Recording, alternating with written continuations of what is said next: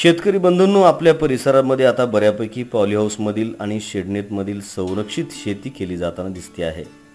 यामध्ये आपल्याकडे gerbera, carnation आणि गुलाबाची लागवड केली जाते आहे। जरबेऱ्याच्या लागवडीखालील क्षेत्र वाढत असताना पॉलीहाऊसमधील गुलाब शेतीही सध्या बहरताना दिसते आहे। गुलाब शेतीसाठी सगळ्यात महत्त्वाचं आहे ते म्हणजे योग्य नियोजन। अशाच योग्य नियोजनातून गुलाब शेतीचा यशस्वी प्रयोग केला आहे सिकंदरपूर तालुका जिल्हा लातूर येथील प्रगतशील महिला शेतकरी सिंधू दिलीप उगेले यांनी। अतिशय काटेकोर नियोजन आणि अभ्यासातूनच त्यांनी हा प्रयोग यशस्वी केलेला आहे। सर्वसाधारणपणे आपल्या क्षेत्रातील 40 गुंठे एवढ्या पॉलीहाऊसमध्ये त्यांनी या गुलाब शेतीची लागवड केलेली आहे। यासाठी त्यांनी टॉप सिक्रेट या जातीची निवड केली आहे। नमस्कार, सिंधू दिलीप उगेले, राहणार सिकंदरपूर, तालुका जिल्हा लातूर। आम्ही 2014ला पॉलीहाऊस घेतलं आणि 2015ला गुलाबाची लागवड केली। आम्ही ज्यावेळेस शेतीकडे वळलो त्यावेळेस पालेभाज्या, वांगे, मूग, पारंपरिक पिकं घेतलं। नंतर द्राक्ष शेतीकडे वळलो। द्राक्षामध्ये पाहिजे तेवढा फायदा झाला नाही। निर्यात बंद झाल्यामुळं आम्ही पॉलीहाऊसमध्ये गुलाब शेतीकडे वळालो। एकूण 33,000 झाडे आहे। 60% रेड आहे, 40% कलर आहे। याच्यामध्ये दररोज 2,000 फुलं मार्केटला पाठवतो। हैदराबाद, सोलापूर, नांदेड या ठिकाणी पाठवतो। एका बॉक्समध्ये 80% लाल आणि कलर 20% पाठवतो।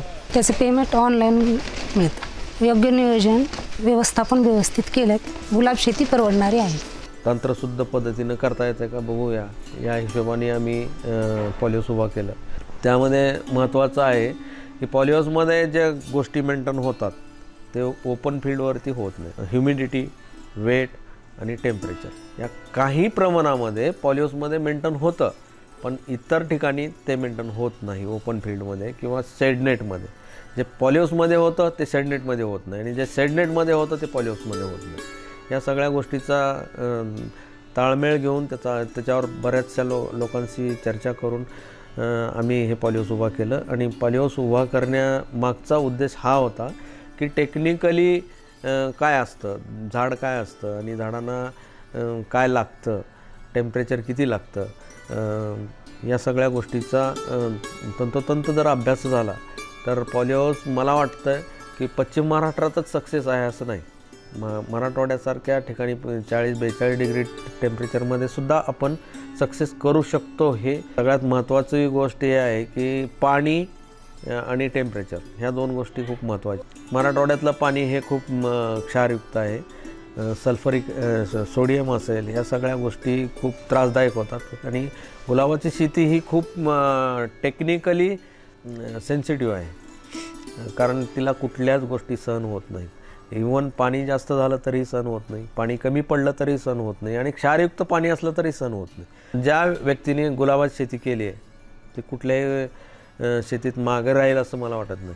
पाणी असेल, पाण्याच्या काही गोष्टी आहेत त्या म्हणजे कोणत्या, क्षार असेल, EC असेल, मग pH मेंटेन करून नायट्रिक ॲसिडच्या साह्याने pH मेंटेन करून जरी केलं तरी चांगल्या पद्धतीचं यील्ड मिळू शकतं। म्हणजे इथल्या माझ्या प्रॅक्टिसमधून मला वाटतं। पाणी देण्याची पद्धत हे ड्रीप इरिगेशन आहे, आणि ड्रीप इरिगेशनला प्रत्येक झाडाला 100 मिली पाणी गेलं पाहिजे, आणि ते पाणी विभागून गेलं पाहिजे। सकाळी वेगळं आणि संध्याकाळी वेगळं, कारण आम्ही 2 पार्ट पाडले। एक सकाळचा पार्ट आहे, त्याच्यामध्ये 50 मिली गेलं पाहिजे, आणि पाण्यासोबत फर्टिगेशन हे त्या पाण्याबरोबरच गेलं पाहिजे।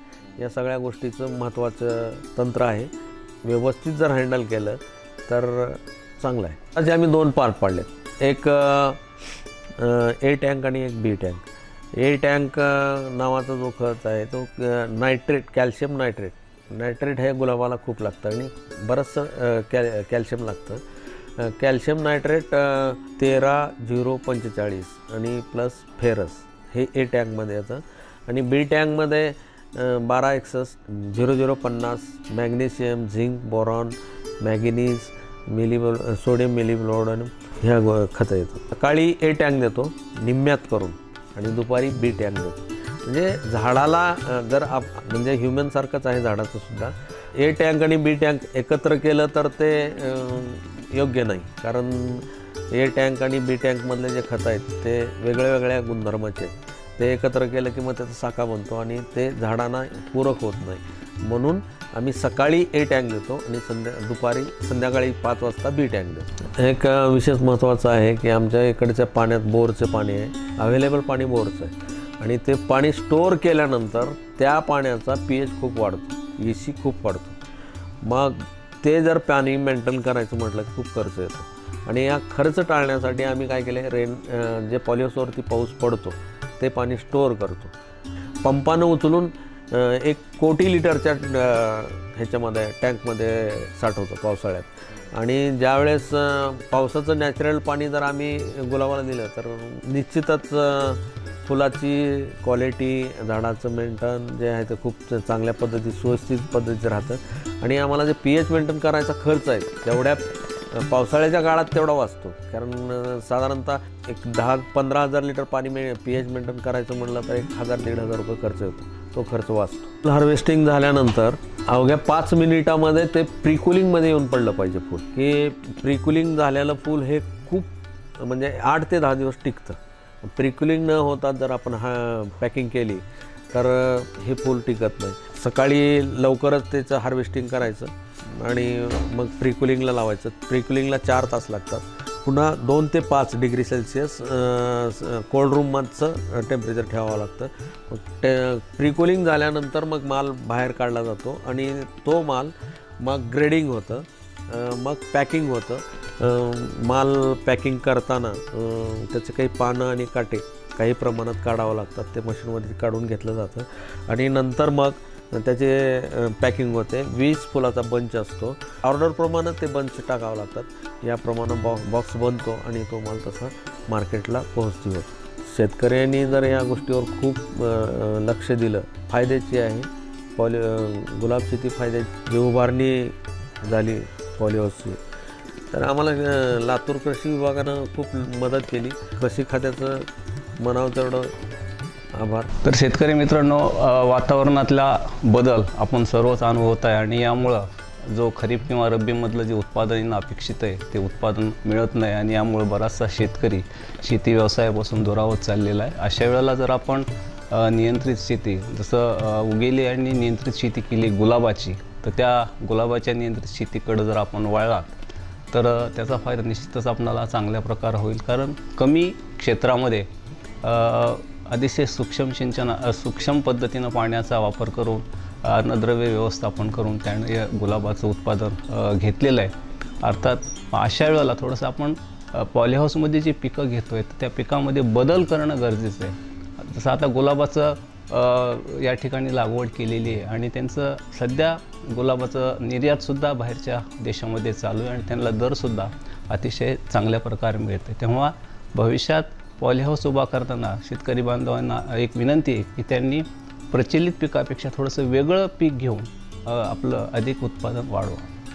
अशाच प्रकारे योग्य नियोजन, अभ्यास तसेच आधुनिक पद्धतीचा वापर जर आपण केला तर निश्चितपणे आपणास पॉलिहाऊसमधील गुलाब शेती ही बहरवता येईल आणि आपली शेती पद्धत ही शाश्वत करता येईल. गरज आहे आपल्या प्रयत्नांची.